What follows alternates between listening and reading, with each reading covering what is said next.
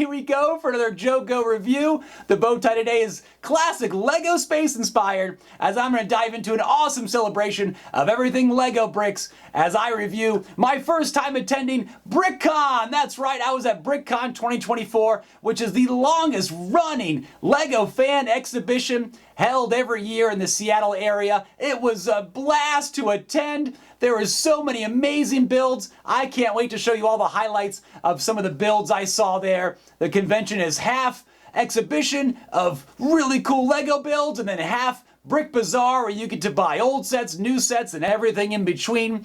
And before I show off all the amazing builds that I saw at BrickCon, I would like to give the viewer a quick lesson in Lego grammar. All too often, I hear the plural of Lego said as Legos. Oh, you never ever want to say that. Never put the S after Lego. The correct way to say the plural of Lego is Lego bricks or Lego sets.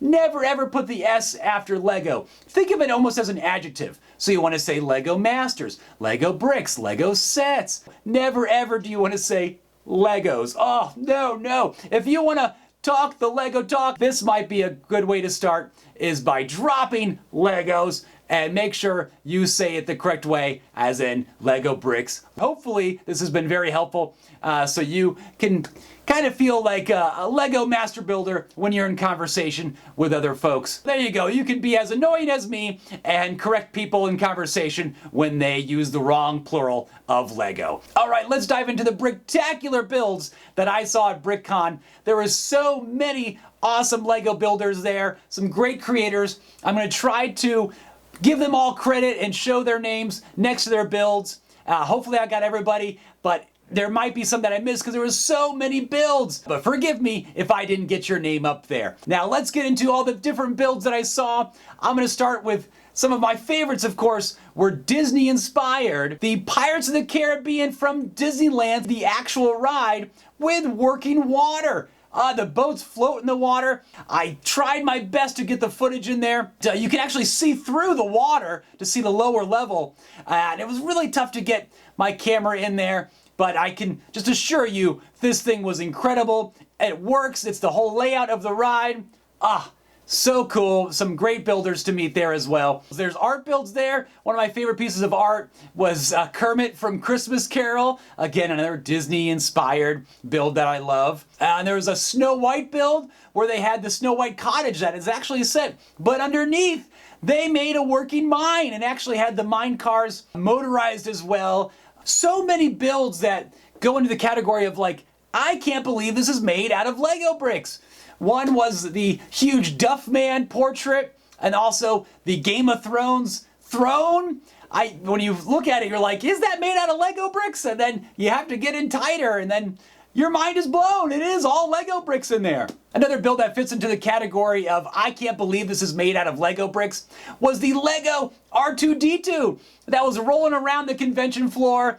That builder also made a BB-8 out of Lego bricks, a mouse droid, and that R2-D2 droid also had functions where it actually shot a lightsaber out of the top of its dome. I missed that in my footage, but let it be known that is a fully functional R2-D2 droid, and it was so much fun to hear the sounds of R2, hear the sounds of the mouse droid. What an exceptional build. So many times you think, is this really made out of Lego bricks? There is a display of all Lego space sets, but it looks like it's made out of Duplo. Though, if you get closer, it's actually made out of Lego system bricks. It's made to look like it was made out of Lego Duplo, but at a closer look, it's actually all Lego system brick. It was so cool, so genius. I love the builds where it's a minifigure, like a large minifigure, and it's all made out of Lego bricks. There's everything for all fandoms in there, from Calvin and Hobbes to Ponyo to Ninja Turtles to, of course, Star Wars, and a lot of Star Wars, and a lot of Star Wars. One of the coolest Star Wars things I saw there was, instead of boring gray and black spaceships from Lego Star Wars, this builder had awesome inspiration to make it very colorful, and I like these multicolored Millennium Falcon, multicolored Razor Crest. It was awesome to see. I took my son to this BrickCon, and one of his favorites was this epic dungeon scene that was actually several modulars, so it was actually several different builders that produced this together, where they each had their own like little diorama that they made on their own and then put it all together. It had working functions where skeleton bones were falling. That was amazing. My son loved the lava effects, a lot of lighting effects in there. Really cool. He stared at that for almost the entire time. There was a lot of great fantasy builds there. I love the castle that was on the back of a sea turtle. That was ingenious with so much detail. Absolutely loved it. There was a pink castle, pink kingdom, Sherwood Forest, another huge castle. So many great fantasy builds. Botanical sets are huge right now, so there's a lot of great original botanical builds. I mean, look at this frog, look at this crow.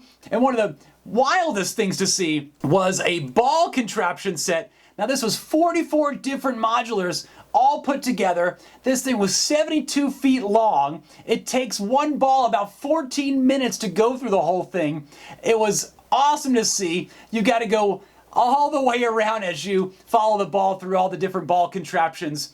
Amazing to see it complete its course. That was phenomenal. Well done on all those builders for building that ball contraption. Another one of my favorites when it comes to things that go was the amusement park, Sugar Rush Park. This was absolutely incredible.